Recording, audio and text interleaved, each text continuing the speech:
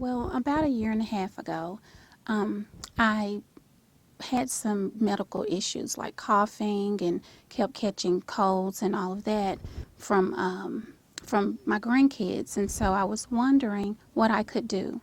And so I know that a lot of the over-the-counter drugs, they just kind of treat the symptoms. So I ordered a book online, came across a book that called Healed Your Whole Body. And so I started reading and I said, well, I'll start trying to wean myself off of this bad eating and everything. And so I kind of got excited and I ended up ordering this workout equipment and I was ready to go. And I took my photo and I put it on this famous athletic body, and it was in my workout room. But a week later, I was diagnosed with breast cancer, and it was a horrible, horrible roadblock for me. And at the time, I just felt like, I want to give up. I've ran out of time, but because I had learned about the negative self-talk before, I knew that I needed to at least try to look on the brighter side of things. So, what happened, it was halted for a minute, and I went to talk to the doctors, and that's where I met Dr. Schlabach, who's here at Erlanger, Dr. Valier, also Dr. Gillette, who was very, very helpful. All three of my doctors, appeared to be healthy people, so it was very easy to listen to them and take their advice. But with Dr. Gillette, what happened, we sat down with her for probably 2 hours, and she just really took the time to let me know that it was going to be okay, that I could beat this, and that she had a few suggestions for me. And one of those suggestions was to get a book called Real Food by Nina Plank. And when I got the book finally, because at first I just kept saying, that'll be on the back burner. And once I got the book, it correlated with the book that I was already reading. So what happened after surgery? I said, it's time for us to get started.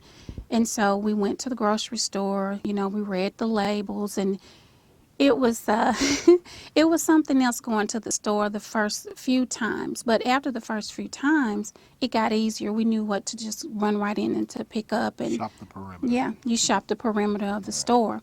That's the first thing I think.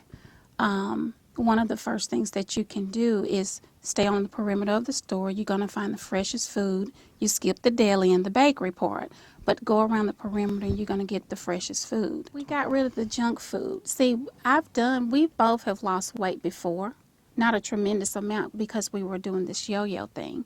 And what happened was we didn't start with getting rid of the junk food in the house. Now, when I say junk food, most of the time you think of candy bars and the ice cream, but I'm talking about all processed foods. All the crackers that we think we can just eat a few of and we'll be okay, and they don't create habits, but they do. All of the white noodle, too much pasta, all of those things, the salty chips. Everything laced with MSG. Yeah.